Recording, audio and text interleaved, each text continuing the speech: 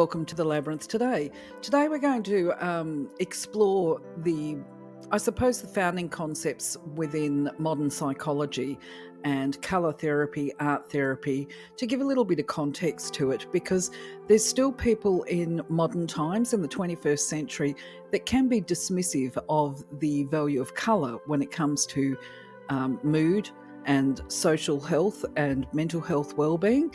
And of course, I'm interested in people's comments, so I'm going to invite you right from the get-go to put your comments up if you've got experience using colour within the clinical context or within a more informal context, and what your experiences have been in, because realistically, I want to try and keep this video short, and there is no way, if we were going to do an in-depth look at colour over the ages, shall we say, and how it's been used, that we could do it in this condensed version. If anybody ever did a thesis on it, I'm sure it would be many hundred pages long.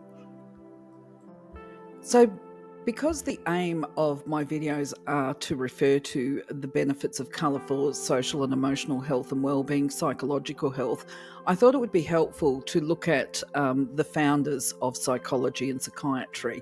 And these are considered to be Freud as the grandfather, if you like, because he mentored Carl Jung. And so I guess in a way we can say that Jung is actually probably more so the father of colour therapy and colour uses for a psychological benefit in today's society. They didn't agree on everything. Jung was mentored by Freud for a number of years before they both ended up having disagreements and parting ways. But one of the things that they did agree on was the fact that they believed that the subconscious dictated a person's behaviour on the conscious surface, and that if we were going to heal mental illness and behavioural issues, then we had to dig beneath the surface, bring it to the forefront of consciousness to be able to address the issues so that we can heal them. The idea of the subconscious dictating conscious behaviour is something that remains current, by the way, except that it's referred to by different names now. I think it's probably more referred to as impulse and subconscious or unconscious motivations, even in the modern day. But anyway, speaking on the subject of colours, what we've got is that Freud didn't place a great emphasis on colour. He was interested in it, but he believed that its value was not in diagnostic in the way that Jung, I should pronounce it correctly, Jung perceived colour to have meaning. For Freud, it was about the dream state and what was occurring in dreams, and as part of psychoanalyzing the dream state. And in that way, he was interested in colours. And this is because Freud considered the colours to be symbolic, and his approach was one where he would encourage people to speak about their dreams, the whole process, including the colours, and get them to apply meaning to it. Just to be clear here, when he was talking with his patients about dreams, he is noted to have made the comment that most of his dream interpretation and analysis came from people having what we would call in today's modern age nightmares or bad dreams. They weren't about analysing the happy states. So just as a useless bit of trivia really, and not relevant to the process of colour, but what I think is an interesting story in regard to Jung and Freud and their relationship was that it did invariably break down. It wasn't just colours that they disagreed on, but I think there were core differences in their personalities. It's recorded that Freud had little time for Jung as far as his spiritual approach to psychology goes, because Jung clearly had some interesting spiritual perspectives, which we'll look at in a little while. But Jung also believed that Freud was too focused in his approaches on the idea of sex and what is called the Oedipus or the Electra complex. And by this, we're referring to a son's obsession with his mother or the daughter's obsession with her father, and where it's based in Freud's perception that they want to have incestuous relationships, which sounds a bit gross in this day and age. However, despite these differences, the pair actually did travel and they worked together for quite a while. In 1908, Freud accused Jung, I keep mispronouncing his word, I'm sorry, Jung, of wishing him dead. And later on, he accused Jung of being anti Semitic because, unfortunately for Jung, he'd written a theoretical paper where he was trying to highlight, when we look at the research and stories, he was trying to highlight that there was the potential for heritability of thinking traits, if you like, in the subconscious. And I guess because of where he lived and because of the nationalities, he made the comparison of Jewish people versus German people. And this was well before World War II, of course. And he was like, the behaviours lie dormant in the subconscious. And for those people that have written impartially about this later on, they say that the intention of the paper was one where he was saying that we need to actually root out these subconscious thinking patterns and behaviours, because otherwise it's going to result in death, which clearly, obviously, he predicted that. He did make the point also, actually, before I go into that, what is also unfortunate for Jung is that obviously Freud made the commentary about him being anti-Semitic because of his beliefs here. He hadn't taken into context the whole of this paper. And once the Germans had started their processes of, what is the word, extermination of Jews, shall we say, they actually used Jung's paper to support their beliefs that it was a good thing that they should be doing this. Oh my goodness me, yes, it's true. Anyway, where we're going with this is, obviously, a lot of the Jewish people post the Holocaust continued to blame Jung or accuse him of being anti-Semitic, and he was also accused of being a conspirator with Goring, I think it was, during World War II. Now, this was disproven much later down the track, because the reality was that even though the Jewish people were not aware of this, Jung was actively involved in working with the Allies as a spy for the Allies to help them resolve this conflict. And his Western handler was later reported and recorded as saying that the world will never, ever know just how much Jung contributed to the Allied war effort. So he was obviously the victim of some very false, vexatious rumours against his character as well. I would say, and this is my perspective, okay, and my opinion and understandings based on my knowledge of addiction and behaviour associated with addiction, that part of the problem between the two men was not just their spiritual and cultural differences, but also the fact that Freud, as part of his studies and research, made the decision to experiment with cocaine. Now, it needs to be understood that back in the day, in his time, it was not aware, or people were not aware of the long-term use and problems of using cocaine and how quickly a person could become addicted. I have read mixed reports, which I think are probably understating his substance misuse, where they don't refer to Freud as an addict, they refer to him as a perhaps overuser, which is where I say is very kind, because at the same time, they also report that in 1895 he needed to have a nasal reconstruction because of his cocaine use. Now that would indicate, I think, by anybody's book, that he was really overusing and abusing cocaine.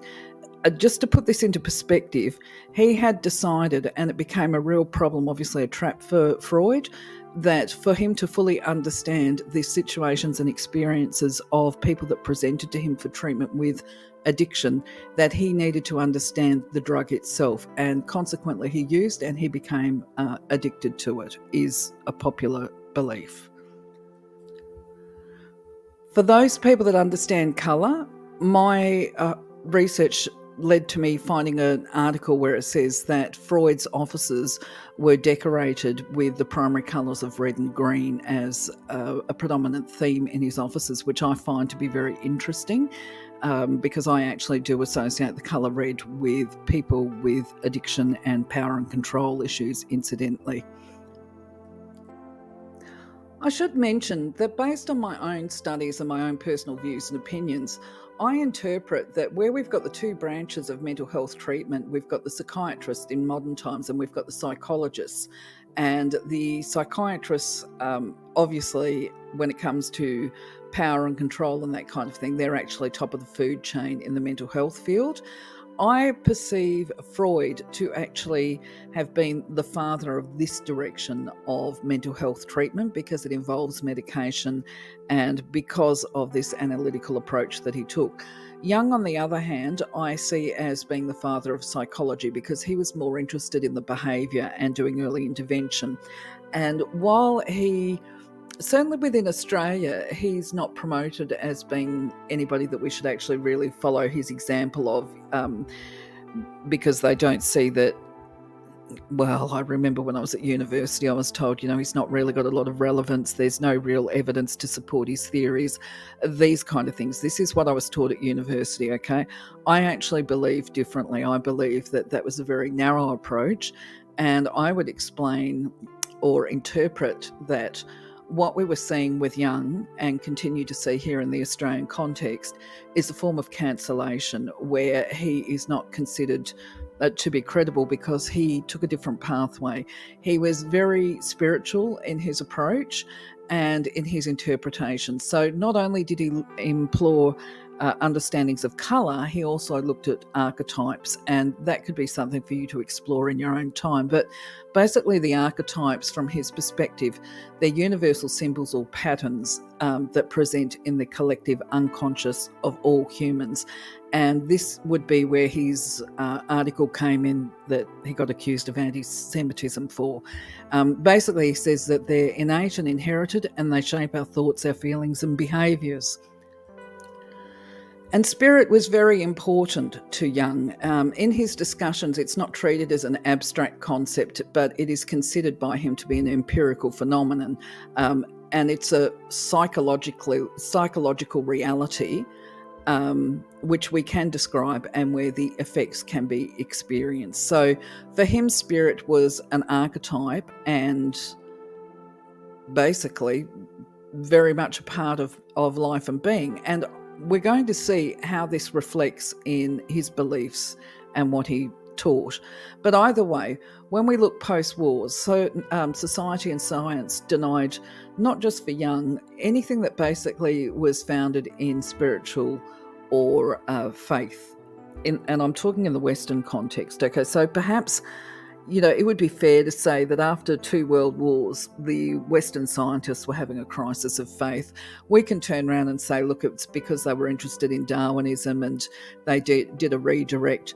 And that may be it. Or for Jung personally, it may have been because he continued to experience the consequences of these fabrications and myths of him being a cohort of the Nazis, because apparently this was perpetuated for another 55 years, even after his death.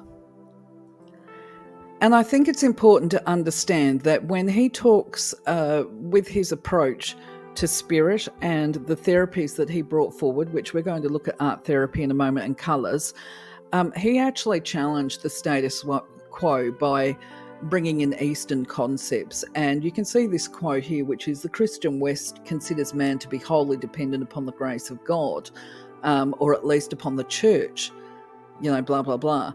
Whereas the East insists that man is the sole cause of his higher development and it believes in self-liberation.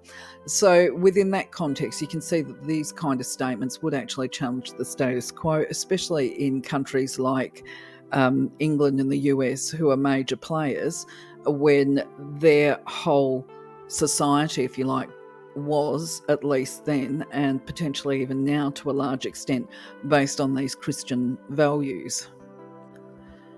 And in regard to my lecturer's comments about the lack of relevance for Jung here in modern times, I believe this chart actually turns around and says that my lecturer was incorrect, okay? Because what we're looking at here is researched, evidence-based proof of the links between colour to logo and brands. And the reason why this has happened is because of the evidence-based research that shows that colour affects mood and buying impulses. And people will go for a specific product not just because of what the product is, but because of what the packaging is. Now, most people are aware of this, I would like to think, in today's times, that we're aware that the people that make products, they put them in packages that are going to be appealing so that they can maximise their profits. And anyway, here's a little chart here for you to take a look at. From a very general perspective, this particular table shows what colours infer to the buyer. And by this, I mean what a potential buyer feels when they look at a specific colour. And so when they're looking for a specific product for a purpose, then they're going to be drawn to packaging of a certain colour.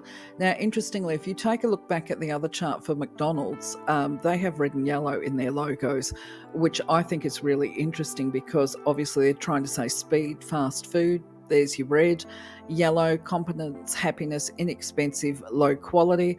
I think we can apply inexpensive and low quality to that. You know, they're not claiming to be providing a la carte food. It's just good basic food, apparently, according to them. I'm not saying that I like it. In fact, I'm not a fan of McDonald's, but sorry about that. It is cheap, it is fast, and it's a fallback item to go to. But either way, this particular table has been developed from people like Jung's interpretation of colour. So what Jung has presented to us through his earlier studies has just been developed and evolved upon.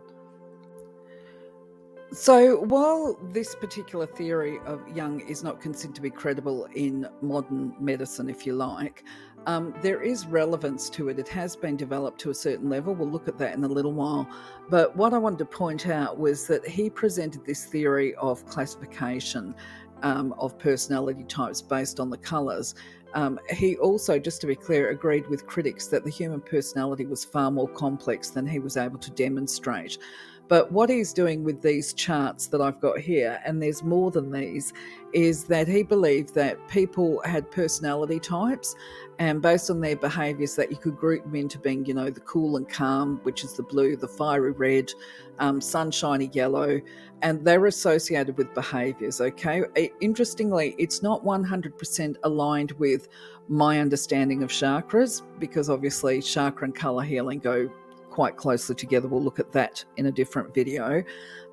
It's also, to some extent, I find interesting because it's associated in part, I don't know if it was deliberately done, but with astrology and the idea of the four elements, because when we're looking at the four elements, we're looking at the water, earth, fire, and air. Okay, so you've got the four elements there. Now, of course, he wasn't restricted just to these four elements, but there has been research that has expanded upon these theories of personality association with the colours and the personality traits. And these studies that occurred were the consequence basically of one of the books that he published, and largely these studies were involved or conducted actually around the whole business of understanding people being suitable for certain jobs and tasks. We'll look at that on the next slide. So where Jung did the four groups and he identified from there, if you check out the papers, and I will put the references up, it identified things like a person's capacity to be flexible, adaptable, able to get along with their peers and colleagues, and whether or not they were good at decision making, all of these kind of things. Jung believed that he could show based on his circle of, you know, the red, yellow, green and blue. Right, this was further developed because his publication was made in 1921. In the 1940s, Myers-Briggs developed their personality test, which incidentally, I believe, I'm not sure, maybe they've stopped using it, but I know that in the 80s or even the 90s, I had to do some Myers-Briggs tests when I was applying for jobs. So they were used for quite a while. But the point being, from an academic and clinical perspective, they were not considered to have any particular credibility because Myers and Briggs actually didn't have professional qualifications in psychology or psychiatry. So they were considered to be an informal tool, but they were given a great deal. And I think to this day, there's a lot of people that see it as being 100% accurate. I'm not convinced it is 100% accurate because I've only done it informally. For myself, since those interviews, I thought I'd do a little bit of personal analysis and take a look at myself. And I didn't find that the conclusions were 100% right. And as part of trying to be impartial, I actually got my sister-in-law to take a look at them and give me feedback. And we were able together to look at it and go, yeah, well, that bit's right, but that bit's, yeah, just way off, you know? So this might be why, based on what I've just said to you, there must be a lot of people such as myself that could see truth, but also could see errors in the conclusions that these tests make. And that might be why it's not considered to be a viable or credible academic source. So while Jung was interested in these 4 primary colours, and this is what a lot of his papers tend to focus on, he also was involved with the colour hexagon. Now, if people have studied Jung, please do make your comments here, because I have not done enough research specifically on Jung. But what I do understand is that he was also involved in research on the colour hexagon. That was a field of study that was going on for a long, long time, and that it also related to physical healing properties as well as the psychological and social influences of colour. So I'm not going to go into what these actually mean here right now, because I want to keep the video short, but you will be able to find information if you just research or Google Jung and the colour hexagon. There's plenty of paper there. I will put links in. There's actually an article by Ulio Michael Stern that was written in 2022, which refers to the Jungian hexagon of opposition, chapter 14, I believe. You can find a PDF of that online. When it comes to Jungian art therapy, colour played an integral role within his work, which included mandalas and archetypal motifs and images. And he did outline a framework for colour symbols, and he did relate the symbolism and the colour to what is referred to as chromatic experiences of the other forms, which include perception, cognition, you know, what we think and how we process our thoughts, and emotion. And he also related colour associations to both the unconscious and the conscious, being white. So what he referred to as unconscious, or we might call subconscious, he associated with black. White was the light.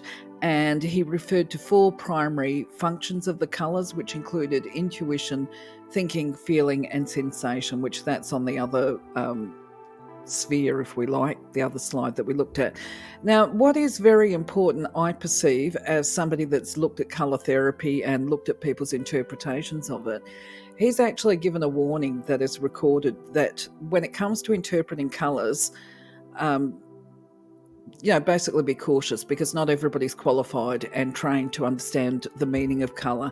And he's actually quoted as saying, the golden apples that drop from the same tree, whether they be gathered by an imbecile's locksmith, or by an imbecile locksmith's apprentice, or by a Schopenhauer, obviously they're going to be interpreted in different ways. So that's quite a telling quote. Anyway, the way his art therapy is applied, and if you do this stuff, because I understand there are some people that do it, he's very famous apparently for using mandalas as an art therapeutic tool. And the idea behind it is that the mandala taps into this unconscious collective and leads a person towards their inner wholeness through thought and spirituality. And my understanding, and I could be incorrect here, is that this colour framework is the same framework that he applies to dream interpretation. I recall many years ago when I first did a university course, one of my lecturers was I can't remember, it was a science degree, but I recall her saying to me that science truth is variable, because whatever a person studies can be outdated down the track by future studies and research. And this is why I do believe to some extent when my lecturers said that a lot of the stuff that Jung has put forward historically doesn't have a great deal of relevance. I can understand that. I don't agree with it, but I can understand where she's coming from, because obviously there's been more research that has proven some stuff that Jung theorized on and disproven other stuff. But at the same time, Jung and his beliefs, obviously he was expanding on historical information that was known to people, and he incorporated that into his own way of thinking. So I'm going to explore that in future videos, but for now I'm going to mention one of, and there were many of them if you refer to Jung's works, one of the people that particularly influenced him was actually Paracelsus. This is the gentleman here that lived from 1493 to 1541. Now this is on a conscious level and to do with his profession, because Paracelsus, in the video, you're going to find out that he was basically a forerunner in the treatment of mental health, and he obviously was influenced by colour. We'll talk about that shortly on the next video. But he also was a believer. He made the links between psychological health and physical health as being interactive. And Jung is recorded as saying, we see in Paracelsus not only a pioneer in the domains of chemical medicine, but also those of an empirical psychological healing science. So where we might call Jung the father of psychology, Jung refers to Paracelsus in his own way as being the father of psychology and therapy.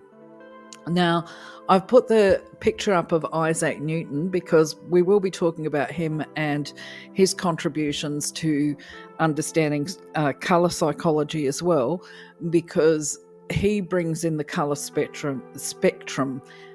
Isaac Newton expanded upon content that was given by Paracelsus, but we'll look at that on a different video as well.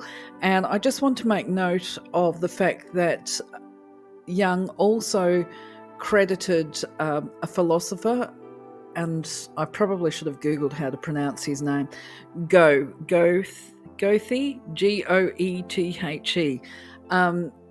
He had done some studies on colour and harmony, which of course when we're talking about colour and harmony, we're talking about mood, emotional well-being, and those influences that the marketers, the colour experts on what brand colours you should use and what logo should be used, he would be the underpinning brain or genius behind that concept.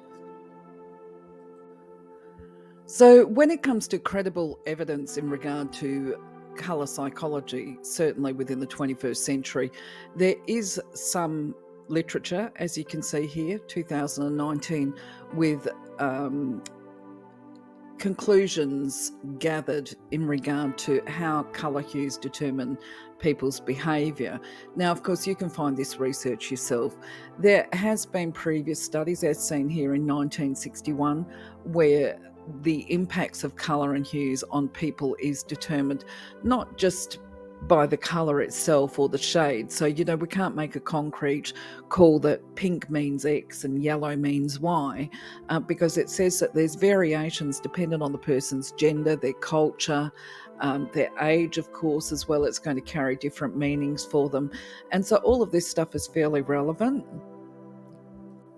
So I don't know about you, but from my perspective, I didn't need to have literature to look at to recognise that different things mean different things to different people, and that includes the interpretation of colour.